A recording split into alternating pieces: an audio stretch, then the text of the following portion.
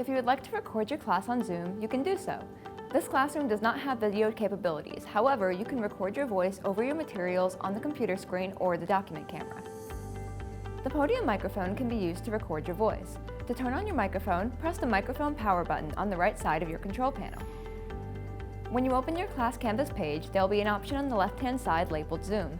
When you click on it, you'll be presented with the option to create a new meeting. Input the day and time your meeting will take place.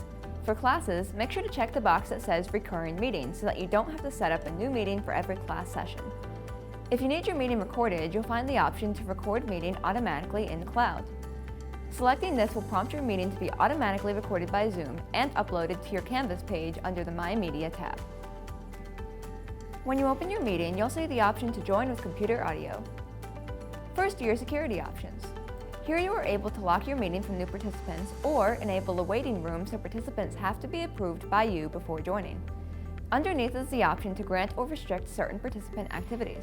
After you adjust your security settings, you will have to select the option to enable your microphone. Next, you'll see an option to enable your camera. Since this classroom does not have a camera to record, you can still share your computer screen with your students. In the center is a bright green button with an arrow that says Share Screen. Selecting this will allow you to display what is on your computer screen to your meeting participants. In your screen sharing options, select Choose Source and then pick what windows you want to display. You may want to display footage from the document camera. Go to the table that says Advanced and select Content from Second Camera. In addition to screen sharing, there's also the option to place your participants in the breakout rooms. This will divide everyone into private subgroups. You can create as many as 50 breakout rooms and decide whether groups will be divided automatically, manually, or by the participants themselves. When it's all set up, select Open All Breakout Rooms. Don't worry, you won't lose touch with your participants while they're in the breakout rooms.